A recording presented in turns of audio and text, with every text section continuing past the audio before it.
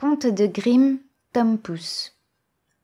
Il était une fois un couple de pauvres paysans qui n'avaient pas d'enfants et ne pouvaient s'en consoler. Un soir qu'ils étaient assis au coin du feu dans leur maison silencieuse, le mari dit « Comme nous serions heureux si nous avions un enfant, seulement un. » « Même un tout petit, poursuivit sa femme avec mélancolie, serait-il aussi petit que mon pouce, comme nous l'aimerions ?» Et il soupirait avec tristesse en contemplant les flammes du foyer. L'année suivante, ils eurent un enfant, mais un enfant tout petit, pas plus haut que le pouce. Cependant, il était si gracieux et si bien proportionné qu'il paraissait une poupée vivante. Ses parents l'appelèrent Tom Pouce. Il manifesta bientôt une vive intelligence, il était sage et obéissant, mais il ne grandissait pas, ce qui n'empêchait pas son père et sa mère de l'aimer de tout leur cœur. Un jour, son père décida d'aller couper du bois dans la forêt. En partant, il murmura « Comme ce serait commode si quelqu'un venait chercher le bois avec le cheval et la charrette !»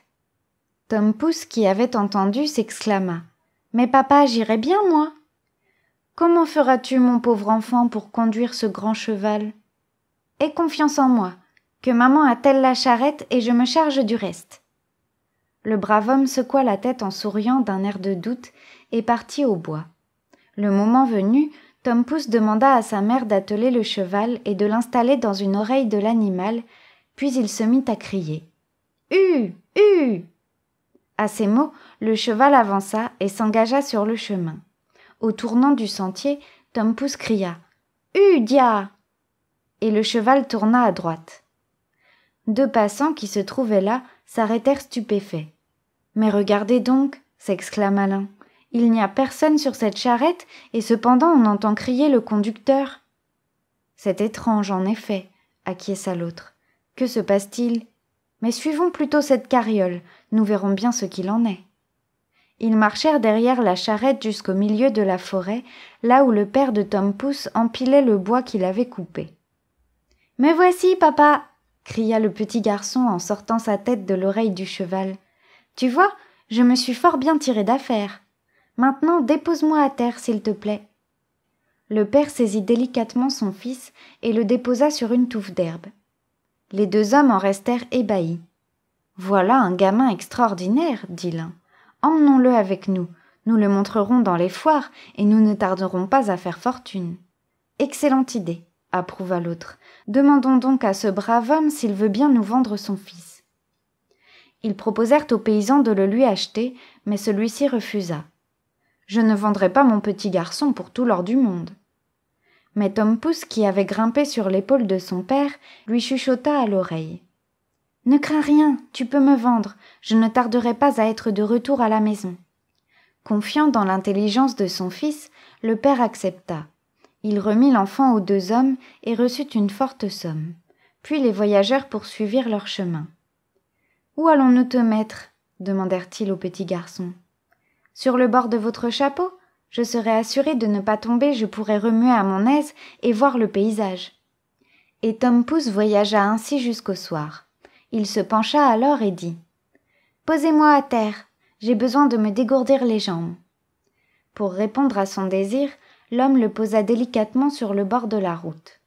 À peine était-il sur le sol qu'il chercha un trou pour se dissimuler. Apercevant non loin un trou de souris, il s'y faufila. « Coucou !» cria-t-il aux deux hommes. « Cherchez-moi et essayez de me trouver. Bon voyage, messieurs, mes salutations. » Les deux hommes fouillèrent l'herbe avec leurs cannes, ils passèrent une partie de la nuit à rechercher le petit garçon, mais sans parvenir à le découvrir, et le matin ils durent reprendre leur chemin, mais sans lui. Une fois seul, Tom Pouce sortit de sa cachette et voulut retourner chez ses parents, mais il était très fatigué. « Je ferais mieux, se dit-il, d'attendre ici que l'aube se lève.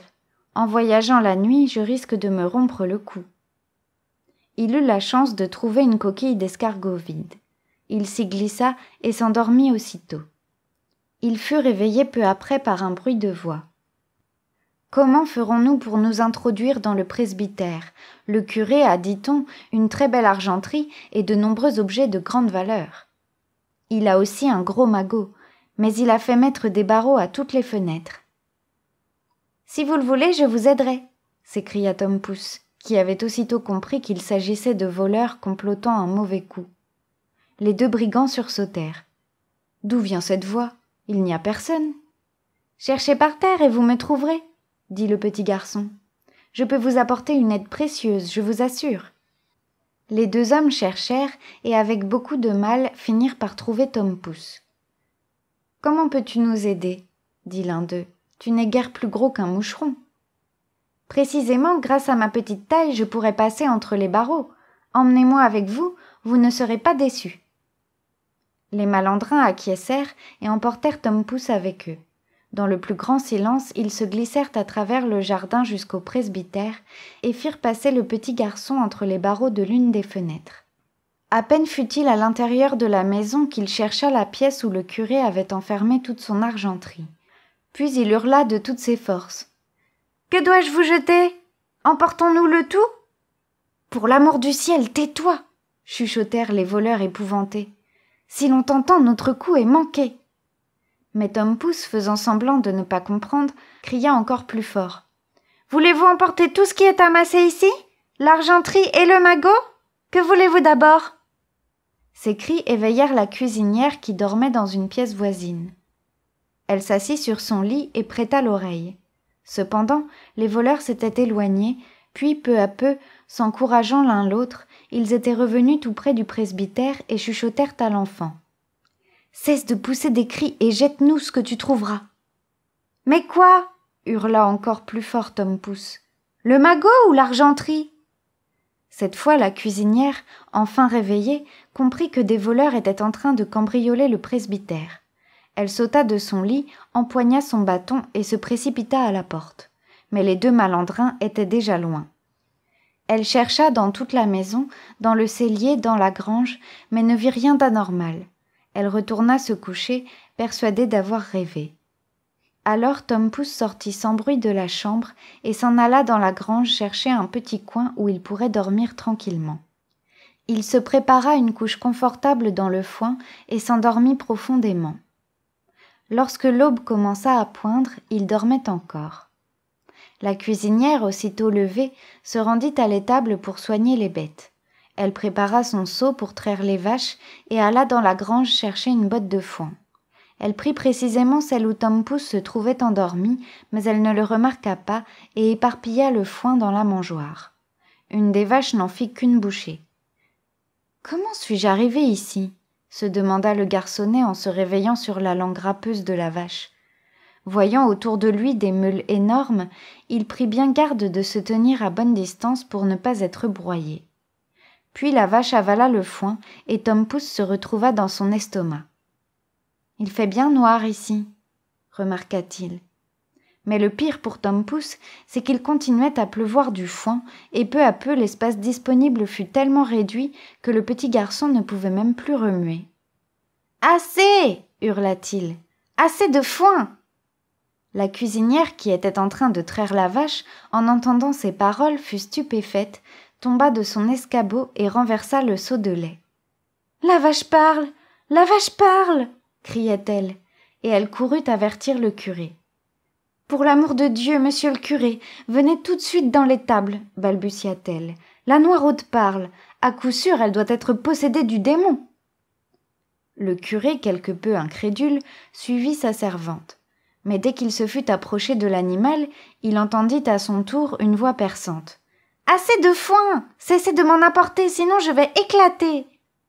Le curé, croyant lui aussi que la bête avait parlé, fut fort impressionné et ordonna de l'abattre. La servante alla aussitôt quérir le boucher qui tua l'animal.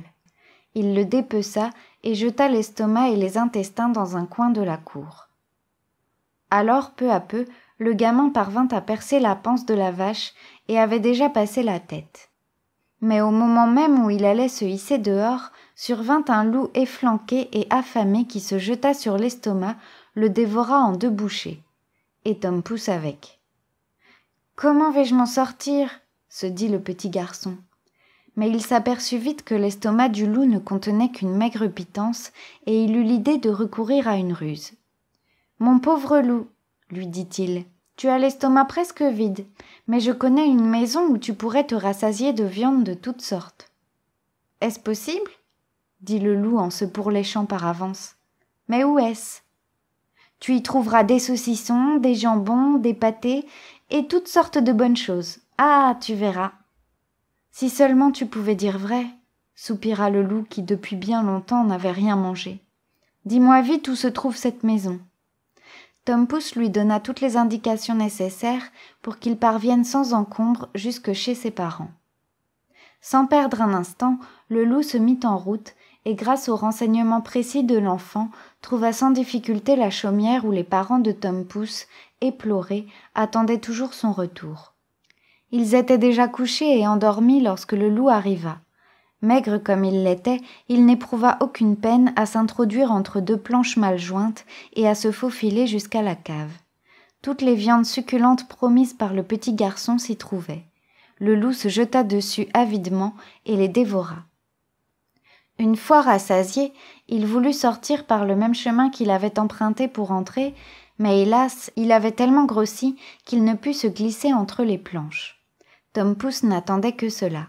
« Tu as mangé autant que tu l'as voulu ?»